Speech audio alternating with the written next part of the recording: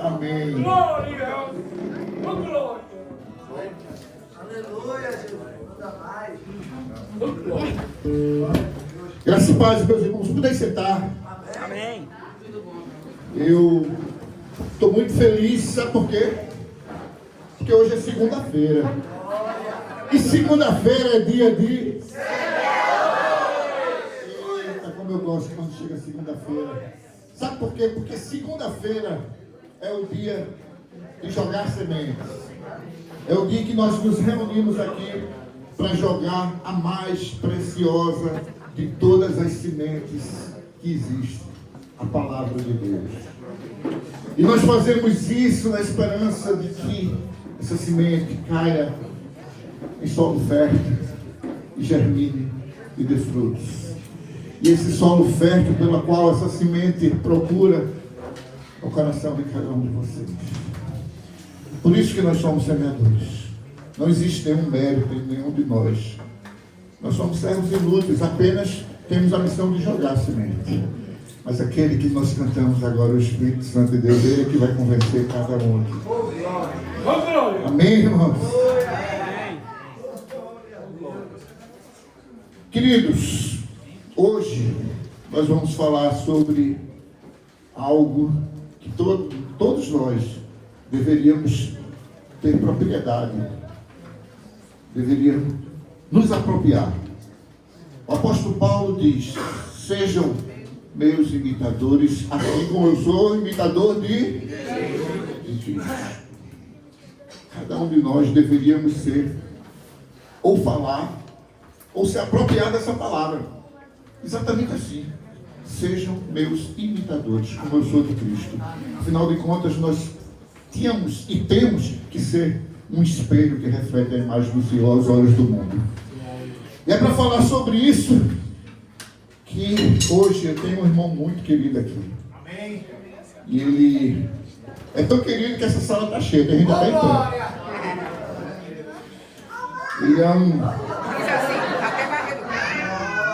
Ele é um seminarista, ele é um ministro comissionado.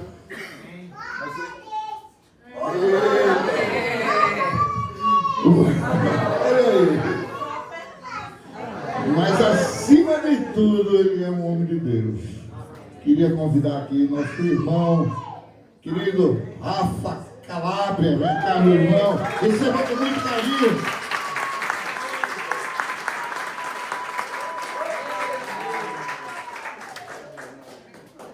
Eita bênção.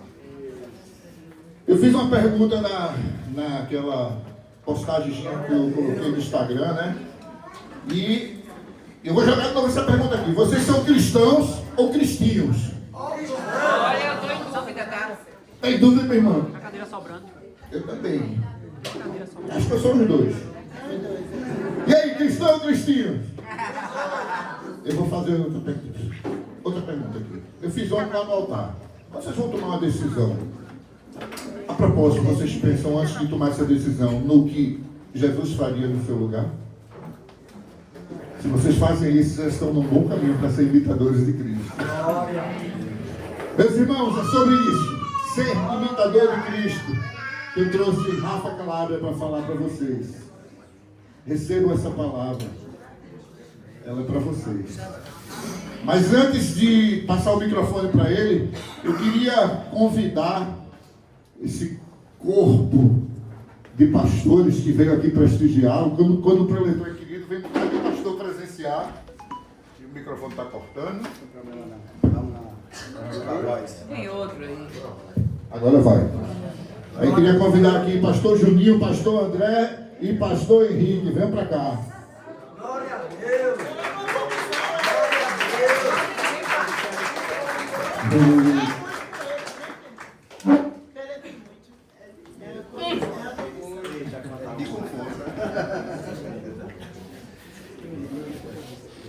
Deixa eu apresentar para vocês, para quem não conhece. Pastor André Barreto, ministro de louvor da nossa igreja.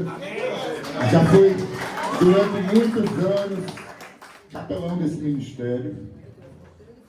Pastor Henrique, atual capelão do nosso ministério, ele é o nosso capelão. E pastor Juninho, ele é o nosso líder aqui. Pastor Juninho, ele está na pastoral em cima, dando todo o suporte para a gente.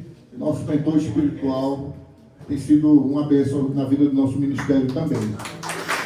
Então, aqui estão 3 pastores que abençoaram, abençoam e ainda hão de abençoar esse ministério por muito tempo. Mas eu queria convidar o nosso capelão. E a minha cara, pega o microfone, ore pelo nosso preletor. Amém. Vamos fechar nossos olhos, vamos curvar nossas cabeças. Nós vamos entregar, Senhor, esse momento muito, mas muito especial.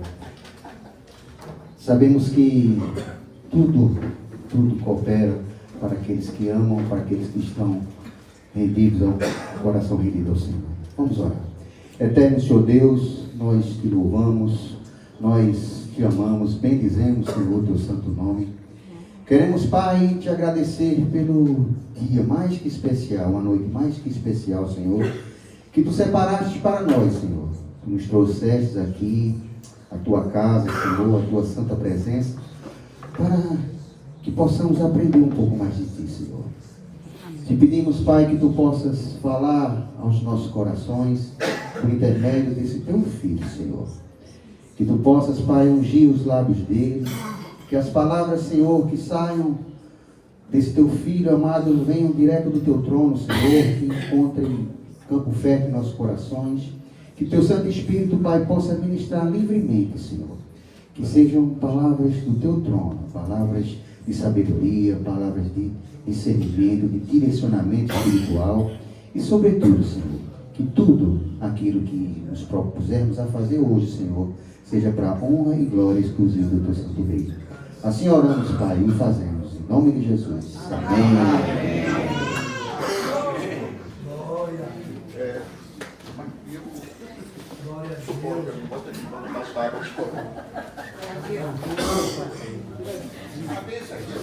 Deixa aqui,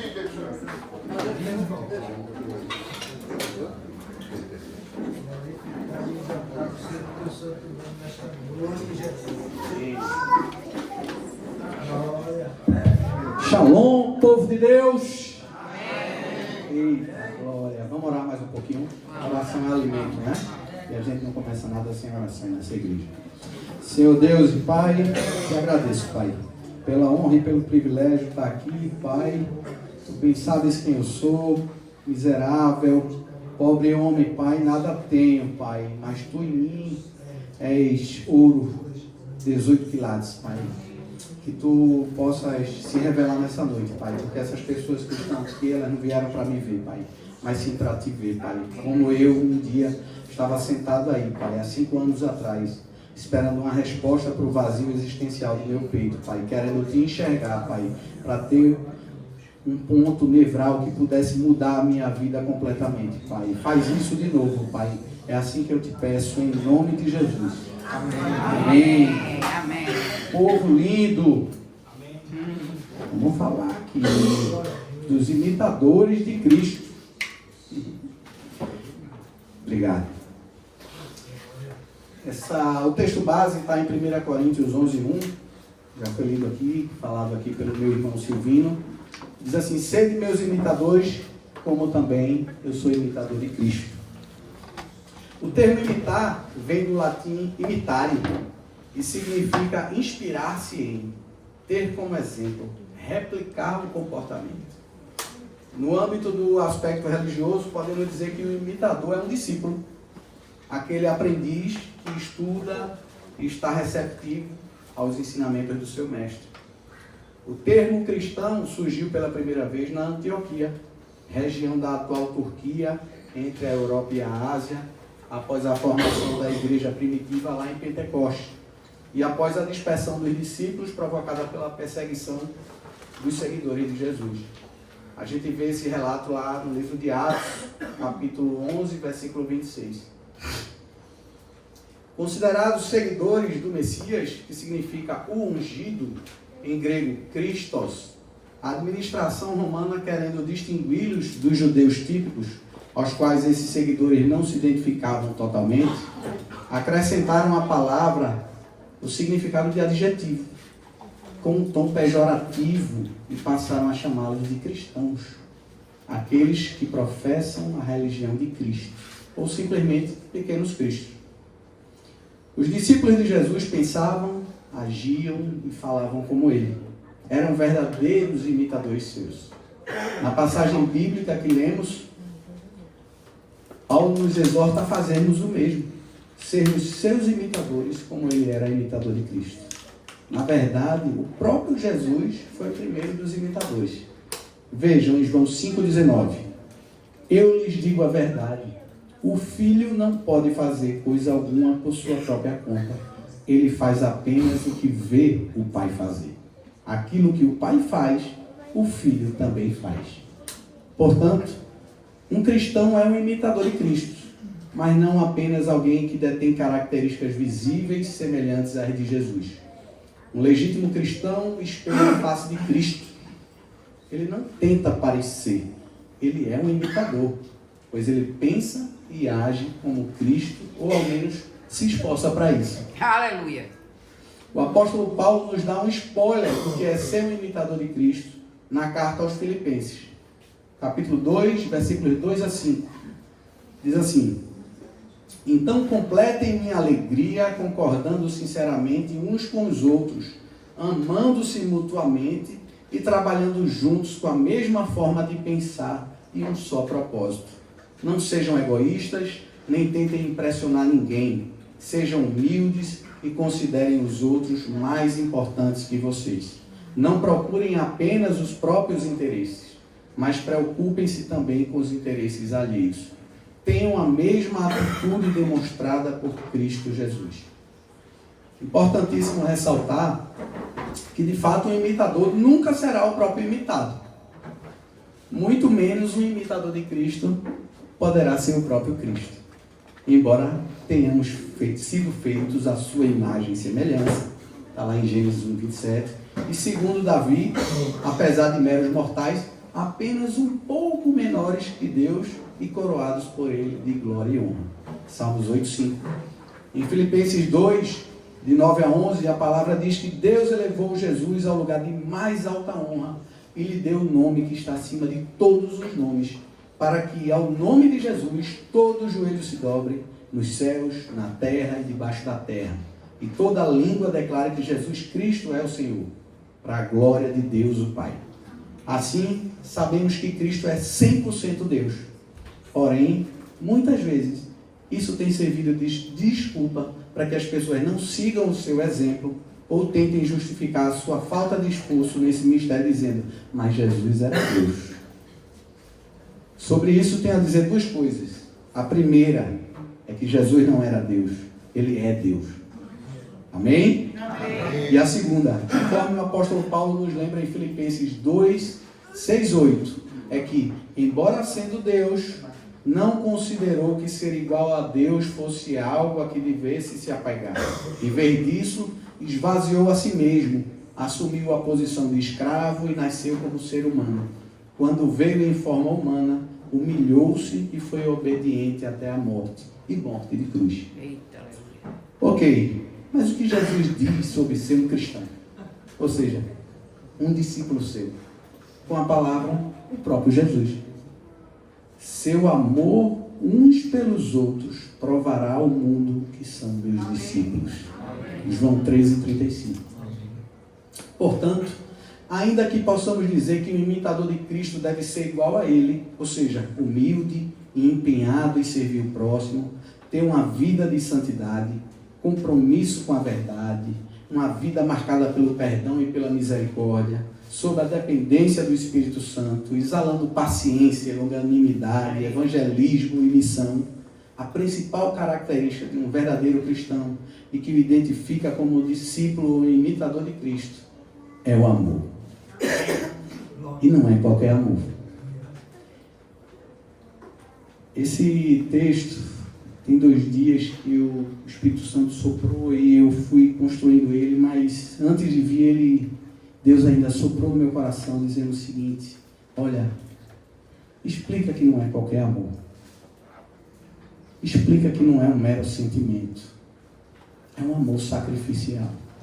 Eita, aleluia. Porque hoje a gente está reunido aqui porque um homem de 75 anos, com a sua esposa, ouviu a voz de Deus de forma clara e nítida, abandonou tudo que ele tinha e seguiu em direção a uma terra que ele nem sabia para que lado era, com a promessa de que a partir daquele casal idoso adviria uma grande nação.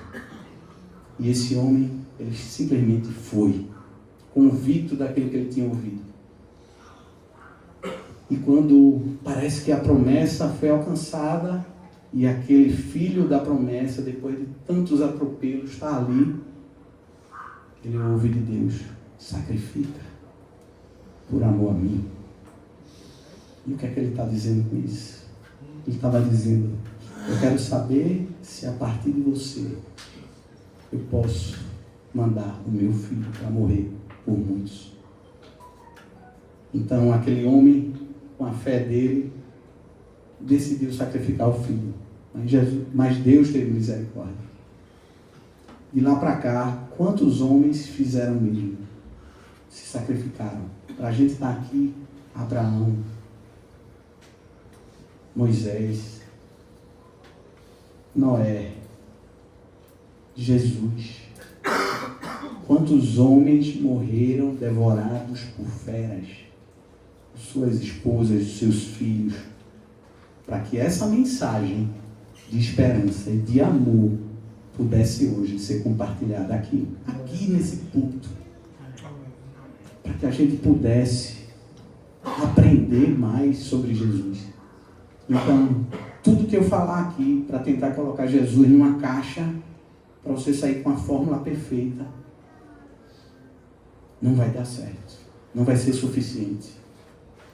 Mas Ele quer saber se a gente está disposto a fazer o sacrifício que precisa ser feito para a gente conhecer esse amor.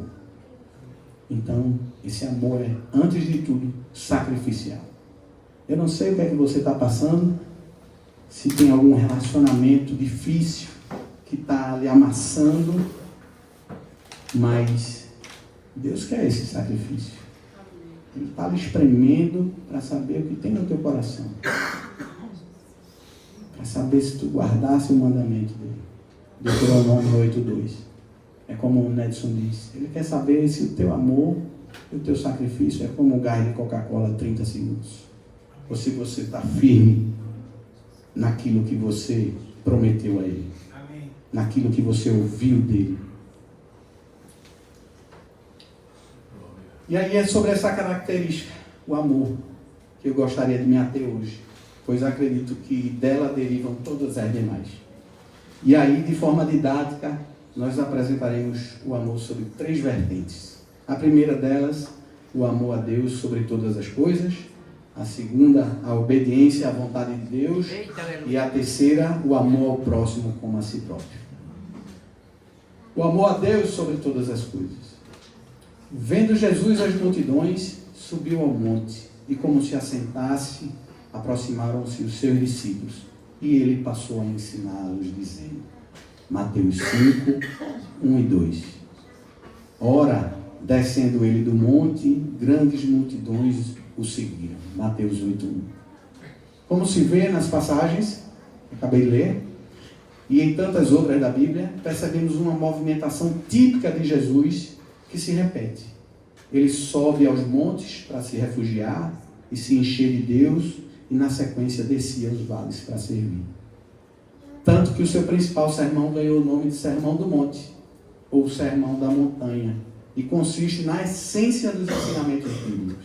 Esse sermão está nos capítulos 5, 6 e 7 do Evangelho de Mateus, como vocês sabem. Jesus acordava antes de todos, aproveitava o silêncio para conversar com Deus, para ouvir a sua voz, para contemplar suas maravilhas e para adorá-lo. Seus dias eram mais longos, ele era calmo, inspirado, disposto e produtivo. Assim deve ser a nossa rotina. A nossa casa é o nosso monte, onde devemos aprender de Jesus e nos encher de Deus antes de sairmos para as nossas lutas diárias. Gosto de comparar o ser humano a uma esponja. sempre absorvendo algo das nossas experiências. Assim, saindo de casa com a nossa esponja cheia de Deus, teremos a tendência natural de derramá-lo no mundo. Mas se não fizermos isso, estamos correndo sério risco de fazermos o contrário. Enchermos nossa esponja do mundo e derramá-lo nas nossas casas. Resultado disso é que derramaremos dentro das nossas casas impaciência, grosseria, violência, linguajar impróprio, dissensão, separação, imoralidade e por aí em diante. Lixo. Saia de casa cheio. A ciência, inclusive, sustenta que o cérebro funciona melhor pela manhã. Faça seu devocional de manhã. Saia cheio de Deus da sua casa. Não permita sair vazio para absorver o que o mundo tem para oferecer. Separar um tempo de qualidade para ler a Bíblia é essencial, pois é através dela que conhecemos intimamente Jesus. Aprendemos dele, somos purificados, transformados e nos mantemos na videira dando frutos. Afinal, disse Jesus, sem mim nada podeis fazer. João 15:5. Jesus amava a Deus sobre todas as coisas e nele está o seu propósito de vida. Devemos fazer o mesmo, tomando especial cuidado para não colocarmos outras pessoas ou coisas em seu lugar, o que a Bíblia chama de idolatria. Algumas pessoas amam os cônjuges ou os filhos mais que a Deus e esquecem que Deus é a fonte do amor perfeito, que traz sentido e equilíbrio aos relacionamentos. Quando se inverte essa ordem, percebemos que é colocado um fardo muito pesado sobre a outra pessoa, sufocando-a com ciúmes, possessividade ou cobranças exageradas por uma retribuição de demonstração na mesma intensidade. É aí que muitas vezes essa pessoa é frustrada. Quantas tragédias não já ocorreram em razão do término desses relacionamentos disfuncionais? Há outros, como eu, que em algum momento de suas vidas colocaram o amor ao dinheiro à frente de Deus. E isso é muito perigoso. Tão perigoso que Jesus equipara o dinheiro a um Deus paralelo. Está lá, em Mateus 6:24. Ninguém pode servir a dois senhores, porque ou há de aborrecer-se de um e amar o outro, ou se devotará a um e desprezará o outro. Não podeis servir a Deus e às riquezas. A palavra ainda diz que o amor ao dinheiro é a raiz de todos os males e que alguns nessa cobiça se desviaram da fé e a si mesmos se atormentaram com muitas dores. 1 Timóteo 6:10. Aquele que é exageradamente apegado ao dinheiro não suportaria viver sem ele e é capaz de tirar a própria vida em razão de problemas financeiros. Portanto, imitar Jesus é amar a Deus sobre todas as coisas. Obediência à vontade de Deus. Gosto de uma versão da Bíblia, a NBVP, Nova Bíblia Viva Português, que traduz assim o Salmo 19, dos versículos 7 a 11. A lei do Senhor é perfeita. Ela devolve à nossa alma as forças perdidas. A revelação da vontade de Deus é digna de confiança. Ela dá sabedoria a quem estiver disposto a aprender. As ordens que Deus dá aos homens são sempre justas. Quem obedece sente uma profunda alegria no coração. Os preceitos do Senhor são bem claros, iluminam os nossos olhos. A obediência ao Senhor nos conserva puros, é a garantia de vida eterna. As ordenanças do Senhor são verdadeiras e todas elas justas. Valem mais do que o ouro, mesmo o ouro mais fino, são mais doces que o mel, do que as gotas do favo. Além de tudo isso, servem para nos corrigir quando estamos errados. Quem segue as instruções de Deus recebe recompensas. Já em Romanos 12:2, a palavra assevera que a vontade de Deus é boa, agradável e perfeita.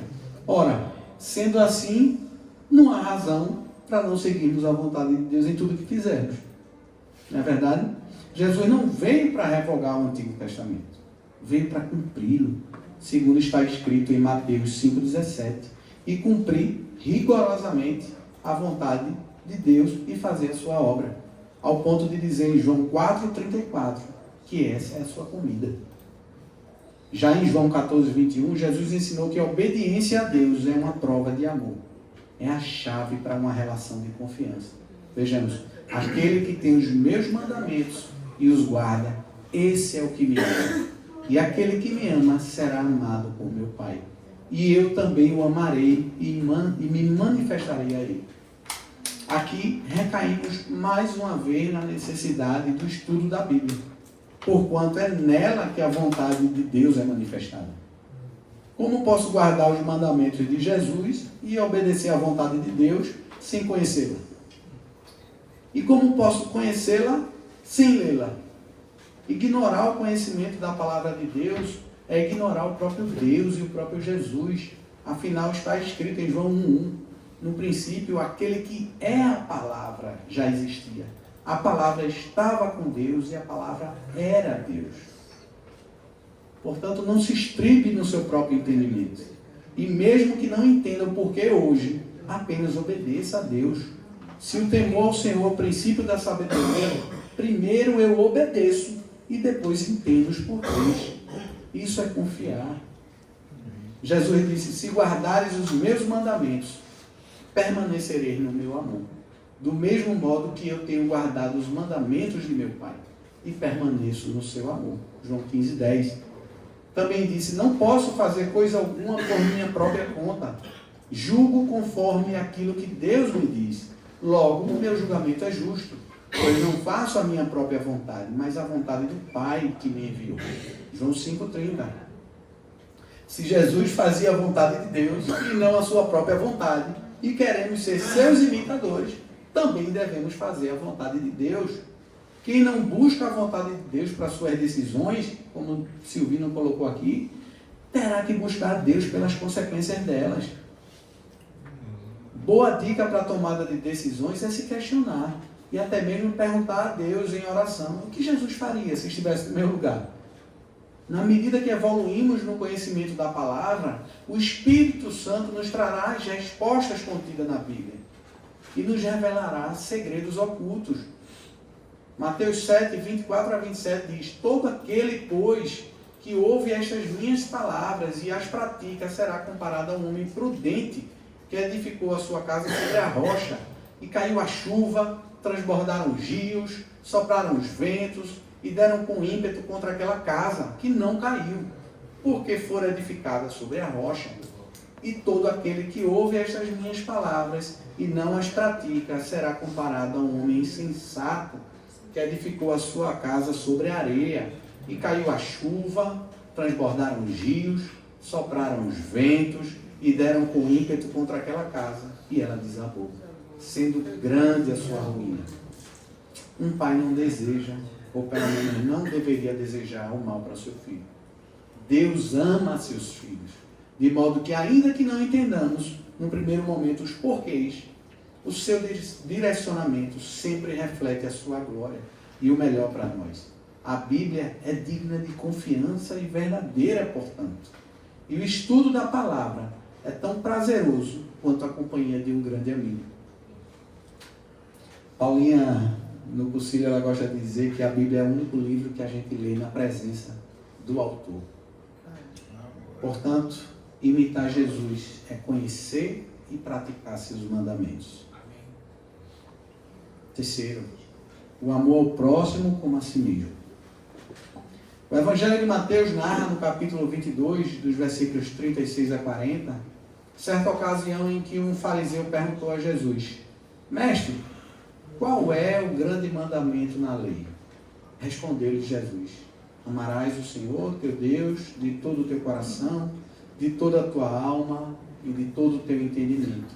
Este é o grande e primeiro mandamento. O segundo, semelhante a este, é amarás o teu próximo como a ti mesmo.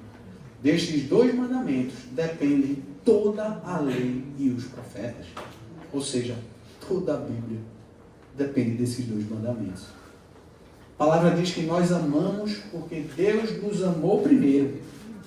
Se não formos aperfeiçoados no amor de Deus, somos incapazes de amar verdadeiramente o próximo. Com relação a esse tema, ainda no Sermão do Monte, Jesus faz um contraposto entre os seus ensinamentos e aqueles que o mundo prega. Observe. Mateus 5, versículos 43 a 48. Que diz assim: ouvistes o que foi dito: amarás o teu próximo e odiarás o teu inimigo. Eu, porém, vos digo: amai os vossos inimigos e orai pelos que vos perseguem, para que vos torneis filhos do vosso Pai Celeste. Porque Ele faz nascer o seu sol sobre maus e bons, e vir chuvas sobre justos e injustos. Porque se amardes os que vos amam, que recompensa tendes? Não fazem os publicanos também o mesmo?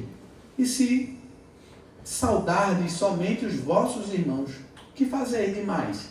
Não fazem os gentios também o mesmo?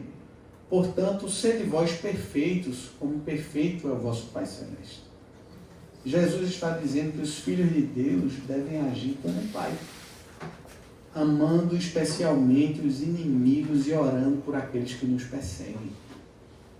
Anselm Green, um monge beneditino alemão, em sua obra Pureza de Coração, Caminhos para uma Busca de Deus no Antigo Monarquismo, nos ensina sobre a função terapêutica dos semelhantes, ao afirmar que o relacionamento com os semelhantes é não apenas a fonte do mais profundo autoconhecimento, mas ao mesmo tempo o remédio com o qual Cristo cura a nossa alma. Existem pessoas que têm o dom de provocar em nós aquilo que a gente tem de pior, os piores sentimentos, aquilo que já estava até esquecido, guardado, que a gente está tentando superar e que a gente luta contra isso todo dia. E aquele irmãozinho, ele consegue trazer tudo aquilo à tona novamente. E a gente, ao invés de pedir a Deus para tratar a nossa alma, porque ali foi revelado que ainda existe cura a ser liberada sobre nós, a gente pede para Deus afastar o irmãozinho da gente. Tira, Senhor. Manda-se embora. Dá um negócio para ele ser bem feliz pro lado de lá. Tira essa tentação. Tira daqui essa bênção, né?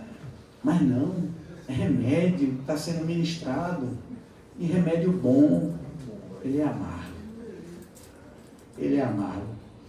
As ervas do Cordeiro Pascal, antes do povo deixar o Egito, ela é amarga por quê? Para mostrar que a vida do cristão, ela não é feita só de doçura, não. Do mundo tereis aflições, mas tende bom ânimo, pois eu venci o mundo. É apesar da dureza da vida, é apesar do sofrimento. Então, é nesse momento que a gente vai mostrar que tipo de cristão nós somos. Somos mesmo? Somos mesmo? Porque quando está tudo bem, está tudo ótimo, você não precisa nem... Você passa de 007 ali, fácil. Ninguém sabe nem que você é cristão. Mas na dificuldade, e você firme, as pessoas olham e enxergam Jesus em você. E dizem: como é que esse homem consegue? Como é que essa mulher consegue, apesar de tanto sofrimento, continua sendo doce? Porque quanto mais se espreme um cristão, mais doce sai. É como espremer uma laranja. Se você espremer uma laranja esperando sair dali um líquido amargo como limão, não vai sair. Só vai sair doce. Por quê? Porque a essência da laranja é doce. Mas se você espremer um limão esperando sair doce, não. Você vai se frustrar. Né? E a gente conhece uma árvore pelos seus frutos. Né? Experimentando, olha, eu posso fechar os olhos, erguer minha mão, pegar um fruto, botar na boca e vou sentir o sabor desse fruto e vou dizer se essa árvore é boa ou não.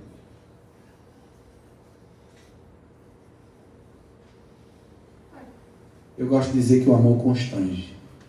Em Provérbios 25, 22, a palavra fala que esse constrangimento divino é como brasas vivas na cabeça dos nossos inimigos. Veja, se o que te aborrece tiver fome, dá-lhe pão para comer. Se tiver sede, dá-lhe água para beber. porque assim amontoarás brasas vivas sobre a sua cabeça, e o Senhor te retribuirá.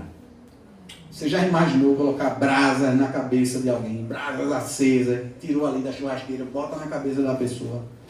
É como fritar o entendimento dessa pessoa, deixando-a confusa. Ela esperava que você a retribuísse com o mal que ela lhe fez, sabendo que não era digna da sua boa retribuição. Por mais dura que seja essa pessoa, em algum momento ela cederá a esse amor. A Bíblia nos assegura isso. A gente tem que experimentar, a gente tem que quebrar, a gente tem que acreditar na Bíblia e seguir como ela diz. E a gente colocar à prova a palavra, coloca à prova a palavra. A palavra diz, olha, provai e vede que o Senhor é bom. A gente precisa experimentar o que a Bíblia diz para a gente fazer, mas o gás de Coca-Cola só dura 30 segundos. Abriu ali, deixou um pouquinho aberto, foi embora. Como é que a gente tem que se manter firme, segura? Olha, tua alma está sendo tratada, né? O inimigo é bicho orgulhoso. Ele gosta da briga pela razão, da oposição, da resistência. Se alimenta do embate, para que mais lenha seja colocada na fogueira. Mas não espera que a brasa seja colocada na sua cabeça. É isso que Jesus Cristo quer nos ensinar, quando nos diz para ceder a outra face. Perdoar 70 vezes 7. Ou seja, quantas vezes forem necessárias. Pois o próprio Filho do Homem não veio para ser servido, mas para servir e dar sua vida em resgate por muitos. Como nos lembra o apóstolo Paulo em Efésios 5:28. É verdade que existem várias linguagens do amor, mas o serviço é a sua prova concreta, visível e inquestionável. É a forma que a Bíblia e o próprio Jesus nos incentiva a praticar o amor. Vejam, João 13, de 12 a 15. Depois de lhes ter lavado os pés, tomou as vestes e, voltando à mesa, perguntou-lhes: compreendeis o que vos fiz? Vós me chamais o Mestre e o Senhor, e dizeis bem, porque eu sou. Ora, se eu, sendo o Senhor e o Mestre, vos lavei os pés, também vós deveis lavar os pés uns dos outros, porque eu vos dei o exemplo para que, como eu vos fiz, façais vós também. E quando o nosso serviço é voltado aos páreos da sociedade, aqueles esquecidos pelo poder público e muitas vezes invisíveis aos nossos olhos, ou talvez visíveis, mas o nosso olhar já se acostumou. E Jesus, narrando uma parábola, nos assegura que é a Ele que estamos fazendo. Mateus 25, de 35 a 40. Porque tive fome e me destes de comer. Tive sede e me destes de beber. Era forasteiro e me hospedaste. Estava nu e me vestistes. Enfermo e me visitastes. Preso e foste ver-me. Então perguntarão os justos: Senhor, quando foi que te vimos com fome e te demos de comer? Ou com sede e te demos de beber? E quando te vimos forasteiro e te hospedamos? Ou nu e te vestimos? E quando te vimos enfermo ou preso e te fomos visitar? O rei respondendo lhes dirá: em verdade vos afirmo que sempre que o fizestes a um destes meus pequeninos irmãos, a mim o fizestes. Vale destacar que é o amor a Deus e o amor ao próximo que justifica essa grande quantidade de ministérios em nossa igreja. Engaje-se em um deles. Apesar de ser o segundo mandamento, amar o próximo não deve ser menos importante que amar a Deus. Pois está escrito em 1 João 4,20: se alguém disser, amo a Deus, e odiar o seu irmão, é mentiroso. Pois aquele que não ama seu irmão, a quem vê, não pode amar a Deus, a quem não vê. Aleluia. Não preciso lembrar quem é o pai da mentira, na verdade. Dura essa palavra. Mas é remédio para as nossas almas. E como todo bom e tradicional remédio, precisa ser amado. Ainda quanto ao amor ao próximo, é necessário lembrar que não faz qualquer sentido amar o próximo e negligenciar esse amor ao da própria família. Quanta história a gente tem ouvido de gente que está engajado nos ministérios, está servindo, está crescendo na fé, mas não consegue se relacionar com seus familiares. E acha que está tudo ok. Dizer, olha, eu já perdoei, mas quero lá longe de mim. Quero ele longe de mim. Minha mãe, meu pai, meu irmão, minha irmã, mas olha, está perdoado, viu, para lá? Faz sentido isso. Paulo escrevendo a seu filho na fé, Timóteo, coisa linda. Em sua primeira carta, capítulo 5, versículo 8. Diga, meu amor. Amém. Glória a Deus, amém. Isso, meu filho. Estava precisando mesmo de uma sacudida nesse povo aí.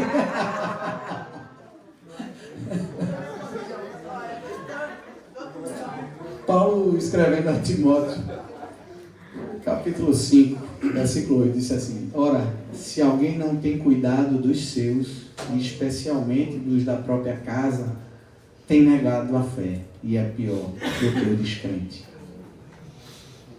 O amor é a principal marca de um cristão. Isso aqui não estava no script, não. Meu irmão está ali atrás, me honrando nessa noite, e eu não podia deixar de falar nisso, porque tem a ver com o modus operandi do Senhor. Quando eu me converti, eu estava buscando um sentido maior para a vida, né? Diante daquele vazio. Tu queres dar um glória, aleluia de novo, velho? Agora, em nome de Jesus, amém, Pai. Oh, glória! Em nome de Jesus, amém. Eu posso com um negócio desse. É sinal, hein?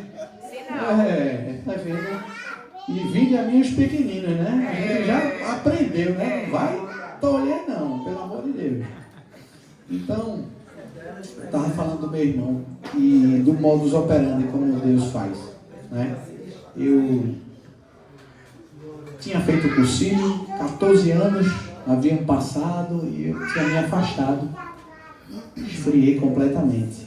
Conquistei tudo que o homem desejava, naquele modelo padrão que a sociedade coloca como fórmula de sucesso. Conquistei bens, status, sucesso, dinheiro, algum prestígio, muitos amigos,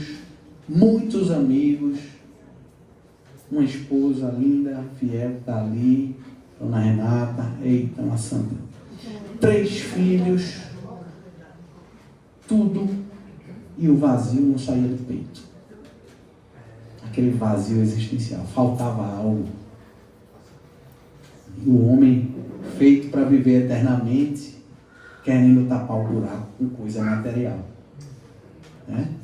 Então, somos seres espirituais vivendo uma experiência material. Eita, aleluia. E aí a gente quer preencher o nosso espírito com isso. Não consegue. Não dá. O resultado é que você quer sempre mais. E aí eu estava ali, ouvi um irmãozinho dizer que ia ter o seminário de vida do Espírito Santo. Eu disse, esse é aquele depois do cursilho? Aí ele disse, sim, é aquele e tal. Eu disse, rapaz, me escreve aí que eu vou. E aí, tu vai mesmo, porque as pessoas olham para você com um padrão de vida da sociedade e acham também que você não precisa. Né? Você não precisa de Deus. Olha, esse aqui precisa mesmo. Né? Está cheio de riqueza, cheio de orgulho, e aquilo quanto afasta de Deus. Né? A palavra diz que Deus se opõe aos orgulhosos. Ele não é simplesmente, ele não fica quietinho, não. Ele se opõe. Misericórdia. Ele se opõe. E aí, vou eu para o seminário de vida do Espírito Santo. Estou lá dentro no sábado, momento auge, seminário de vida. pedindo a Deus, né, para um Deus que eu nem sequer conhecia muito bem, pedindo para trazer aquelas respostas e tal, e ele disse assim: você tem muitos amigos e irmãos, mas não tem um irmão amigo. Aquilo mexeu. E eu não entendi no primeiro momento, porque não tinha nada a ver com aquilo. Eu não estava ali para falar sobre aquilo, eu não estava preocupado com aquilo, eu estava buscando outra coisa. Mas eu entendi, e hoje eu entendo perfeitamente, que ele estava querendo me tratar primeiro. Não. Primeiro, tu aprende a se relacionar com as pessoas a quem tu vê, para depois não sair dizendo que me ama, se não consegue nem amar o teu irmão. E aí eu saí dali determinado a restaurar esse relacionamento com o irmão. Está ali. E graças a Deus, a gente tem vivido os melhores anos do nosso relacionamento. A gente não foi educado num modelo de família que dialogava muito. Então a gente, a partir de Cristo, a gente começou a aprender a falar sobre sentimentos, sobre o coração, colocar para fora, ser verdadeiro, desejar o bem. E aí o relacionamento ele foi sendo elevado a um outro nível, né? Tanto que esse final de semana talvez tenha sido a cereja do bolo. Eles viajaram e deixaram os filhos dele aqui, disseram: ó, leva as crianças lá para a apresentação na escola do trabalho. E eu me senti muito orgulhoso. Eu estou falando com eles a primeira vez, que eles chegaram agora direto de viagem para cá.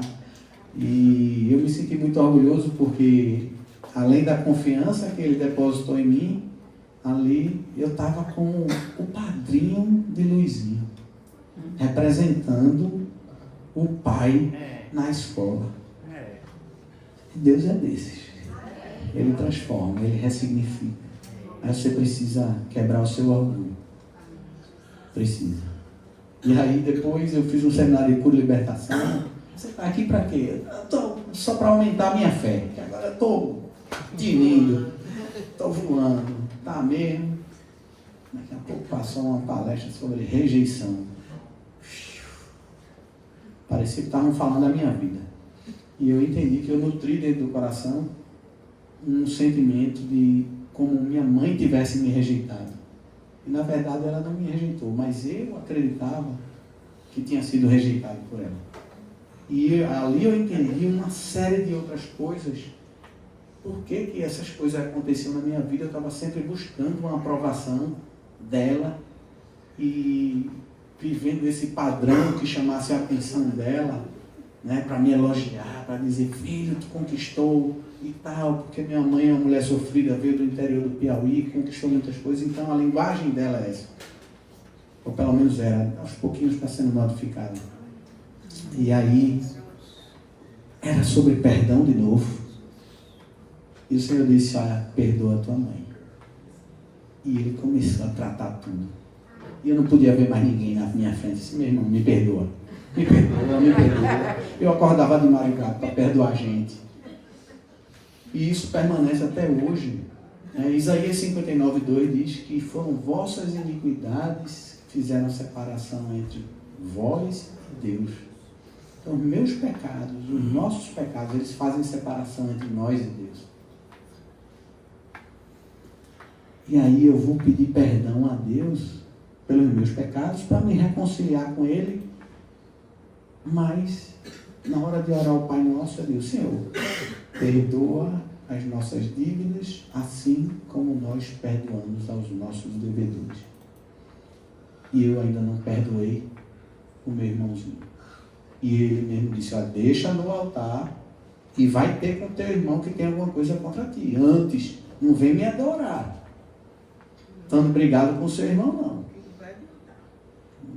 E aí, veja como são as coisas.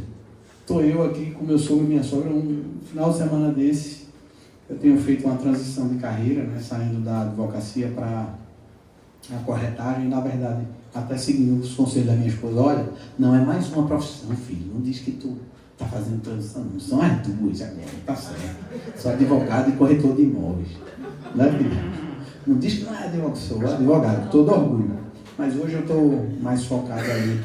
E aí a gente estava nesse sábado à noite aqui na lanchonete com a família, meu sogro, minha sogra que vieram de João Pessoa, e passou um advogado da minha época que eu estava mais atuante e eu brigava com esse cara todo dia dentro da audiência. Era um pega pra capar. Ele defendendo uma parte e outra, e a gente saía brigado, e na hora aquela... O juiz ele separa e chama a segurança. Não chegou a ver de fato não, mas era nesse nível aí. E aí esse cara passou por mim. Esse cara passou por mim, olhou para um cantinho de olho e continuou. Eu disse, ei, vem cá. Meu irmão, vem cá, eu preciso lhe pedir perdão, meu irmão. Eu preciso lhe pedir perdão. Vem cá, me dê um abraço. Então não tem mais orgulho, foi quebrado. E nós, como imitadores de Cristo, a gente tem que quebrar o orgulho. Nós somos perdoadores. É difícil. Tem um processo aí, né? Tem um processo. Né? E é espiritual. Né? É Deus quem dá esse poder de perdoar. Mas você tem que querer. Você tem que querer.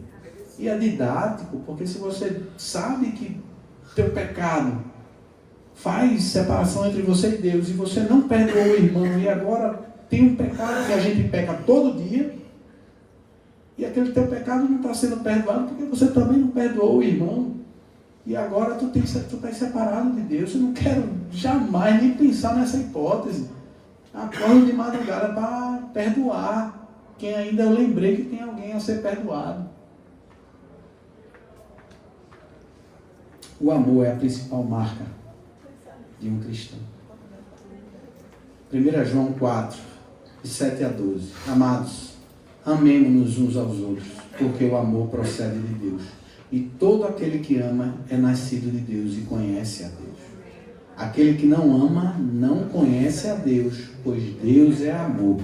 Nisto se manifestou o amor de Deus em nós, em haver Deus enviado o seu Filho unigênito ao mundo para vivermos por meio dele. Nisto consiste o amor, não em que nós tenhamos amado a Deus, mas em que ele nos amou e enviou o seu Filho como propiciação pelos nossos pecados. Amados, se Deus de tal maneira nos amou, devemos nós também amar uns aos outros. Ninguém jamais viu a Deus. Se amarmos uns aos outros, Deus permanece em nós e o seu amor é em nós aperfeiçoado. 1 Coríntios 13, Paulo nos diz que ainda que fôssemos os homens mais espirituais e caridosos da face da terra, sem amor nada seríamos. E que no final dos tempos, apenas 3 coisas permanecerão: fé, esperança e o amor. E a mais importante delas é o amor. O amor tudo suporta, tudo crê. 1 Coríntios 13 é uma tapa de luva para todos os dias quando a gente sentir dificuldade nos relacionamentos.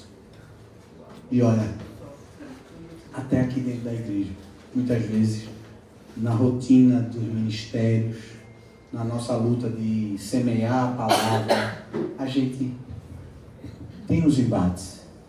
E Deus permite para que a gente continue sendo tratado. Né? Então, ler 1 Coríntios 13 é essencial para que a gente continue. A gente vem passando por algumas coisas, eu e Renato, minha esposa, e aí, relacionado ao ministério, né? A gente sempre espera, gera uma expectativa, e aí muitas vezes aí tem um irmãozinho que frustra a gente, porque a gente não entende como é que a pessoa está na igreja, está pregando Cristo e é desse jeito. Cadê o amor, que é a marca principal do cristão? Né? E a gente sendo esmagado. Aí, a primeira vontade é a da carne. É querer dizer, olha, eu vou me afastar. Eu vou sair. Deixa ele lá. Não. Deus quer a gente dentro para fazer a diferença. Né? Então, muitos daqui, de vocês, são os únicos cristãos da família. Talvez os que estejam caminhando mais próximos de Deus. E a família toda mais afastada. E Deus levantou você, meu irmão e minha irmã, para poder fazer a diferença na sua família. Entende? Ser cristão aqui dentro da igreja, ou com quem você tem afinidade, é muito fácil. A gente precisa ir naqueles com quem a gente está tendo dificuldade de relacionamento. É ali que Deus quer tratar a gente, quer levar a gente a um outro nível de santidade. Os frutos do Espírito Santo, como o próprio nome diz, olha, o fruto é a última etapa de um plantio de uma árvore. E existe todo um ciclo. A mensagem que é semeada aqui, ela tem que encontrar um terreno fértil primeiro no coração. Se está cheio de orgulho, não vai ficar entre as rochas essa semente, ou os espinhos, né? Ou não tem profundidade para brotar. Mas se tiver terreno fértil e você reconhece que precisa, ali nasce uma árvore frondosa que amanhã vai dar frutos. Eles precisam ser cultivados. Olha, é água, é regando, é sol, né? Então vai para a igreja no domingo, vai para os semeadores na segunda, lê a palavra, faz teu devocional, para que os frutos do Espírito, isso é cultivar os frutos. Então eles vão começar a aparecer, a tua longanimidade vai começar a aparecer na medida que você está convivendo com Jesus. E agora a gente vai falar sobre os cristãos e os cristinhos. E aí, como é que é? Já deu um bom panorama aí, né? Em contraposição ao verdadeiro cristão, temos uma figura carinhosamente denominada pelo meu irmão Silvinho de Cristinho. Aquele que parece ter todas as características de um cristão, mas não é um cristão autêntico. Os mais antigos já devem ter ouvido falar de um produto, o shampoo, chamado Denorex. Parece, mas não é. Me denunciei agora, né?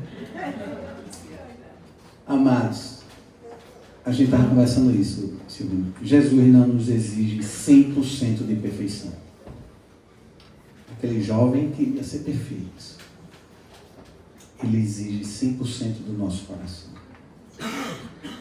Ele quer que demonstremos amor e não sacrifícios. Oséias 6,6. E que o adoremos em espírito e em verdade. João 4,24. É o seu melhor. É o seu melhor. O seu melhor num dia ruim, talvez seja isso aqui. E num dia que você está muito bom, muito cheio do Espírito, o seu melhor seja isso aqui. E está tudo certo. Quando eu cheguei, eu recebi um bombonzinho ali. E a mensagem que estava era Colossenses 3,23. E guardei. Aí meu irmão Nedson chegou e olha isso aqui. Aí mostrou o bombonzinho dele. E estava escrito João Colossenses 3,23. Aí ele disse, olha isso aqui também. É o Espírito Santo confirmando, né? Tudo que fazeis, fazeis de todo o coração, como se fosse para o Senhor e não para os homens. Não importa o que você está fazendo. Está lavando o prato. Lava como se fosse para o Senhor. Ele vai lá, deixa limpo, deixa a sujeira. Não, se eu pegar a sujeirinha no prato ali, já vi, né? Entendeu? Então é fazer o teu melhor. Talvez você não consiga lavar todos os pratos, mas o que lavar faz bem feito, né? Dá o teu melhor.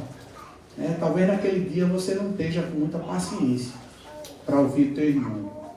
Então, te afasta e volta depois. Dá o teu melhor naquele dia. Não deixa se esvaziar. Você já lembra, você já saiu de casa cheio, como uma esponja. Agora você tem a obrigação de derramar Deus no mundo. E aí você está fazendo a diferença nesse mundo aí. Agora, se você sai vazio de casa, tua esponja vai absorver tudo do mundo e vai derramar isso aí dentro da tua casa. Amém. Em João 6, 22 e 27 temos o episódio em que Jesus admoesta a multidão. Em verdade vos digo, vós me procurais, não porque vistes sinais, mas porque comestes dos pães e vos fartastes, trabalhai não pela comida que perece, mas pela que subsiste para a vida eterna, a qual o Filho do Homem vos dará, porque Deus, o Pai, o confirmou com o seu selo. Nesse texto bíblico, Jesus Cristo confronta os seus seguidores, ao revelar as intenções de seus corações.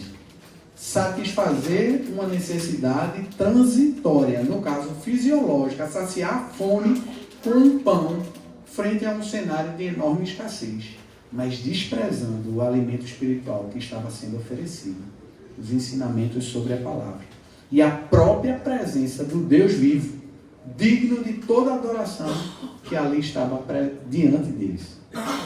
Como todos sabem, o ser humano é um eterno insatisfeito. Isso se deve ao fato de termos sido criados para viver eternamente, como eu disse aqui. E aí, Salomão vai falar disso em Eclesiastes. Eclesiastes 3, de 11 a 14. Tudo fez Deus formoso no seu devido tempo. Também pôs a eternidade no coração do homem, sem que este possa descobrir as obras de Deus, que Deus fez desde o princípio até o fim. Sei que nada há melhor para o homem do que regozijar-se e levar a vida regalada. E também que é dom de Deus que possa o homem comer, beber e desfrutar o bem de todo o seu trabalho. Sei que tudo quanto Deus faz durará eternamente. Nada se lhe pode acrescentar e nada lhe tirar. E isto faz Deus para que os homens temam diante dele. Por sua vez, ao pedir para nos mantermos íntegros e irrepreensíveis até a vinda de Jesus, na sua primeira carta aos Tessalonicenses, capítulo 5, versículo 23, Paulo ratifica que somos formados de corpo, alma e espírito. E é primordial termos isso em mente para que então entendamos o que Jesus Cristo quis dizer ao ser tentado no deserto, lá em Mateus 4,4, citando Deuteronômio 8,3, e que consiste em um dos princípios dos imitadores de Cristo. Não só de pão viverá o homem, mas de toda a palavra que procede da boca de Deus.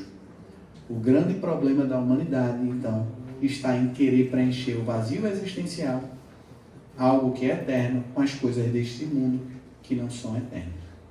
Vamos citar alguns exemplos. O homem gasta o dinheiro que tem e o que não tem para comprar um carrão e se exibir para as mulheres chegando nos lugares. Mas quando desperta o interesse da mulher sedutora, se queixa que ela é interesseira. Já a mulher quer ser valorizada pelo seu interior, mas na sua página do Instagram só posta foto de biquíni. Quer ser valorizada por dentro, mas chama a atenção do homem para tudo que está fora. O ser humano deseja alguém para ser seu companheiro de vida, até depois da velhice. Mas na maioria das vezes começa a sua busca pelos atributos externos, pela beleza exterior ou pela riqueza, que um dia se acabarão, quando deveriam escolher pela beleza interior, pela beleza do coração. Isso não quer dizer que você não deva dar um tapinha no visual, né? Dar um tapinha é bom. Ajude aí. Se Salomão tivesse vivo, ele diria, como de fato já disse, nada faz sentido. Nada faz sentido. Portanto, vemos que o ser humano necessita sim nutrir seus corpos físicos, mas também a sua alma e sobretudo o seu espírito, pois ele dirige os seus pensamentos. Provérbios 4, 23, sobre tudo que se deve guardar, guarda o coração, porque dele procedem as fontes da vida. Não é novidade, portanto, que muitas pessoas vêm até a igreja uma vez na semana para pedir, para receber Deus, quando deveriam vir para adorá-lo. Não é que está errado buscar ajuda espiritual na casa de Deus, junto ao Pai, aos nossos irmãos e aos nossos líderes espirituais. Nós não escolhemos quando ocorrerão as tribulações, nem mesmo o dia em que nosso espírito está abatido. O grande problema é buscar a Deus quando as coisas não vão bem, de modo que estou sempre apagando o incêndio. Buscar a Deus só quando as coisas não vão bem. Ninguém pode se manter forte dessa maneira. As pessoas passam a semana toda distante de Deus e ficam completamente debilitadas espiritualmente, carecendo daquele alimento do domingo, mas que visivelmente não é suficiente para toda a semana. Certa feita, um grande evangelista foi perguntado se era cheio do Espírito. Ao que respondeu: sou, mas tenho um vazamento. Isso revela que o ser humano também deve se alimentar constantemente do seu espírito, para não ficar debilitado espiritualmente. O que pode comprometer toda a sua vida e o levar à morte. Provérbios 17, 22 diz que o coração alegre é bom remédio, mas o espírito abatido faz secar os ossos. Todos nós também temos uma motivação para buscar a Deus. Não temos? É uma crise financeira, é um relacionamento destruído, é um problema de saúde, coisa linda de Jesus, aceitação por uma sociedade preconceituosa, talvez prestígio, conforto espiritual ou autorrealização. Ela deve estar aí. Todos nós temos um.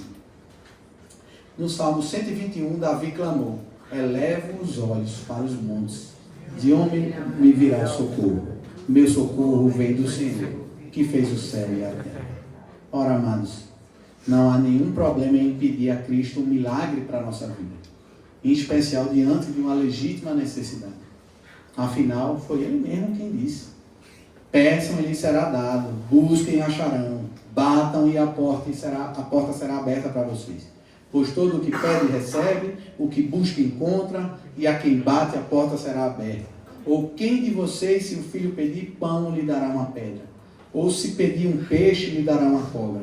Ou se vocês que são maus sabem dar boas coisas aos seus filhos, quanto mais o Pai de vocês que está nos céus dará coisas boas aos que lhe pedirem. Tu queres falar, benção? Adeus, pode deixar o pedido foi. Amém. Amém. Eu pensei que você estava orando em língua já, viu?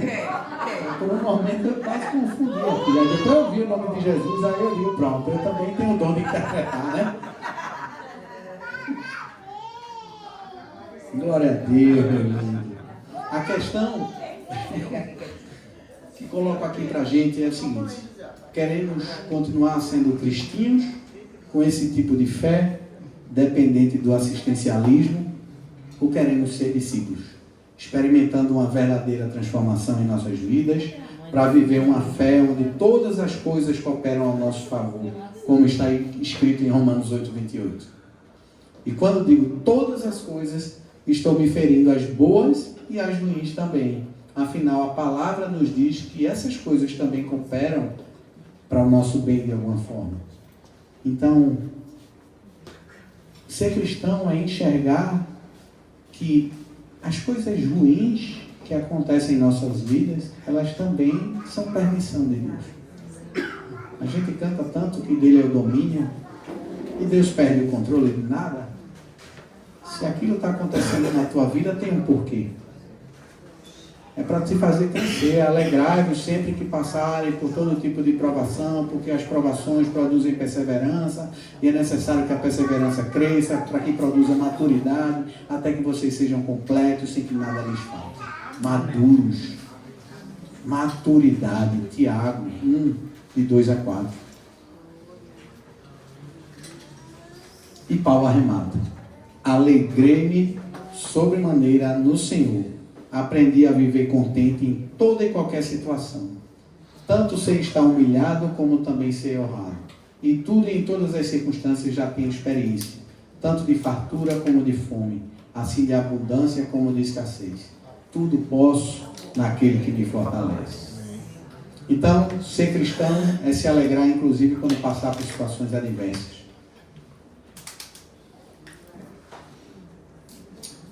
Problemas dessa magnitude não podem ser resolvidos da noite para o dia. Existem problemas sérios. Cada um sabe o que está passando. Mas aqui a gente está tratando da nossa fé. Algo que depende exclusivamente de nós e de nossa iniciativa. Jesus fazia o milagre e depois dizia: a tua fé te curou. Queremos ser verdadeiros cristãos ou queremos continuar capingando de problema em problema? Vivendo uma vida espiritual medíocre, transitando entre extremos. Uma hora muito feliz, outra hora muito triste, ou ainda aquela vida de constante murmuração. Veja, Não estou dizendo, novamente, não teremos problemas, nem muito menos que eles não venham a ser sérios ou seríssimos. Mas Jesus disse, digo essas coisas para que tenhas paz em mim. Então a gente já sabe de antemão que as aflições, elas também foram prometidas. Então, se queremos ser levados a um outro nível de fé e de maturidade, sentir a paz que excede todo o entendimento e viver o sobrenatural de Deus, no nosso natural, precisamos mudar de mentalidade. Paulo disse, rogo-vos, pois, irmãos, pela misericórdia de Deus, que apresenteis o vosso corpo por sacrifício vivo, santo e agradável a Deus, que é o vosso culto racional. E não sede conformados com este mundo, mas sede transformados pela renovação do vosso entendimento, para que experimenteis qual seja a boa, agradável e perfeita vontade de Deus. Então chegou a hora de mudarmos a nossa essência, nossos comportamentos, rompermos com a multidão para sermos discípulos, verdadeiros cristãos, conhecendo Jesus, deixando o nosso caráter ser moldado ao dele, pensar como ele, agir como ele e o melhor, ser confundido com ele. O que muitos chamam de espelhar a sua face. Quando essa transformação começou a acontecer na minha vida, eu entendi que eu estava trazendo o que eu aprendia sobre Jesus na Bíblia para dentro de mim. Como se eu estivesse fazendo o download de um programa. Você vai lá na internet e baixa para o seu computador. Estava baixando para o meu coração. E aquilo me atualizava. Uma nova versão de mim. É a renovação da minha mente. Do meu modo de pensar. Eu chamei isso de fazer o download de Cristo. Cria uma página lá no Instagram, se puderem depois dar uma consultada. E ali eu levo algumas mensagens. Então eu fiz sepultar o velho homem. Que insiste em querer voltar, viu? Fica insistindo em querer voltar. Mas o Espírito vai vencer se eu alimentar mais ele do que a carne. E assim é a nossa batalha. Quem você alimentar mais, vence. Alimenta a carne, ceda aos desejos da carne, você vai ver ela ditar o rumo da sua vida. Mas alimenta o Espírito.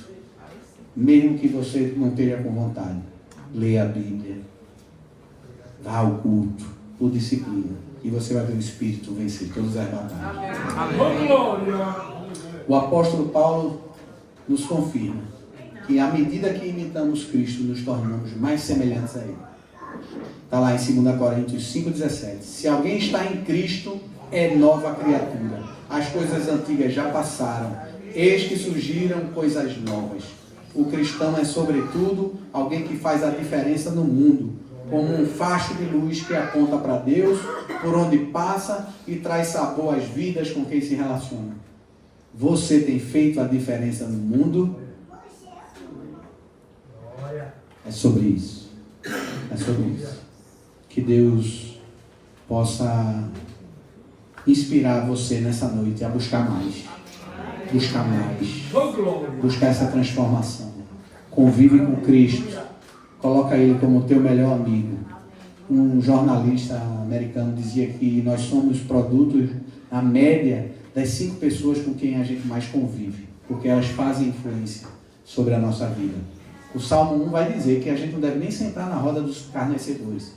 A consequência é essa, a gente vai se tornar igual a eles. Né? Nem na roda dos perversos. Então garanta que pelo menos uma dessas 5 pessoas seja Jesus. Para que a gente possa continuar evoluindo. Amém? Amém.